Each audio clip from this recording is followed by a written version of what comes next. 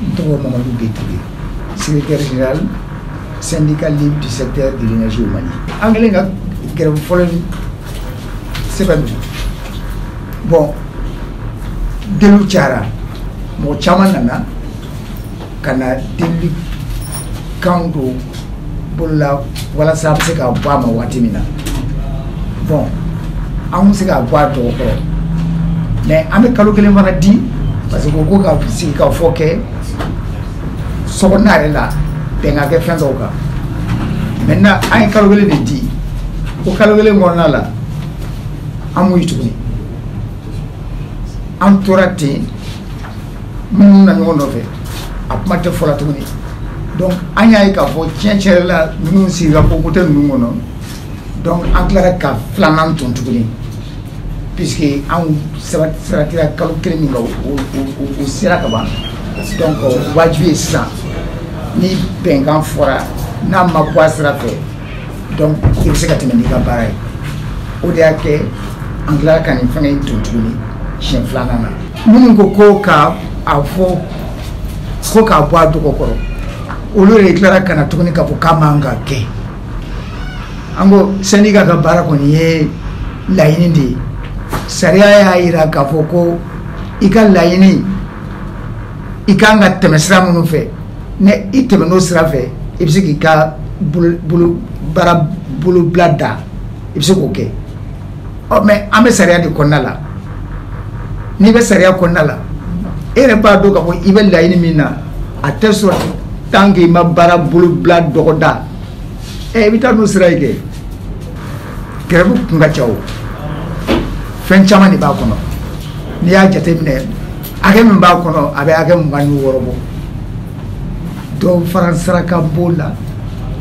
ka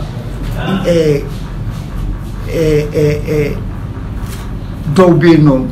muto ko bola parce que mo do bolu ga baraka minare muto bon ni mo ko ni pla baraka na fika minen fana dama se ka baraka chugumna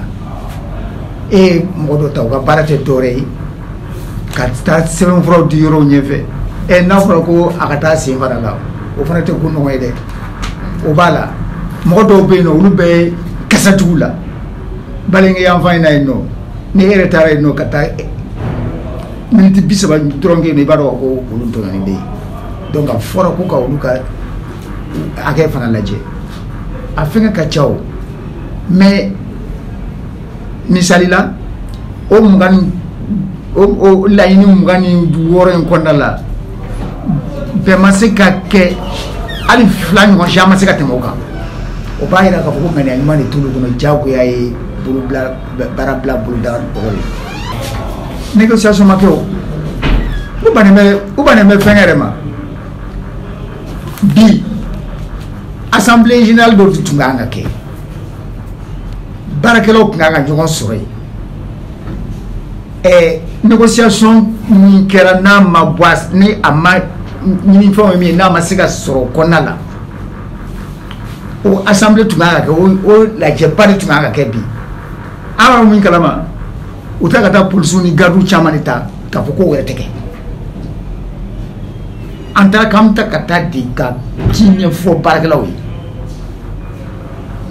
ambe na ro ma masiga be femu na femi nganga ke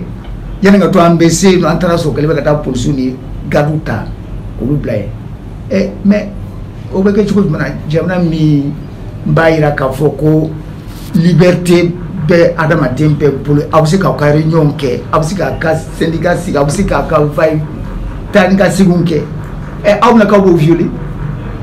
o ko be ga o ko ko amu tem ko ni fumladi amu te tola o ko rewi c'est une violation grave ça ne ke ba ka ko ga wajibi ko am al na fam wure engagé tout ni da am engagé problème to lawo fo ambe min no fo ka sorodi ka fo ko am ko ke parce que o di kada o are ni jane o tew wajibi de na amblawla note ka fo ko amal lawli ka ngani ajugata ka nyesu mo ba parce que ambu ye gele ko na la ko ba ni soja ay o se ka ni soja o e mo se ke ya dama de nyugo dibila jogo bana suzo be ka nga kin ko bi e ni soja e nga bala de ka to ka Quran to ma wala sa o bi se o kana bi o denga ko no donc wajibi de do n'a ma ya amène situation qu'on a wajibi qu'on y ame continuer ni bolo barabla bolo da yen quoi alibi amba yi no fait o ka klin mo so o ka do ka bo barakala o ka hage di na ma boraka bi si ka fo no ma femin clan fangata clan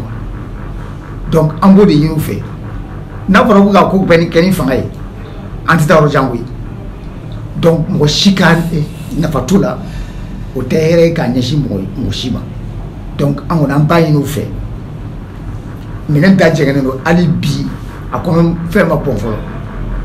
o ka akliso o kana sika fola wala sa fanfla bebsika sewa so akonala awoni ambodi hinu fe anga puma laban konala ka fuli blakata awere fna yi bar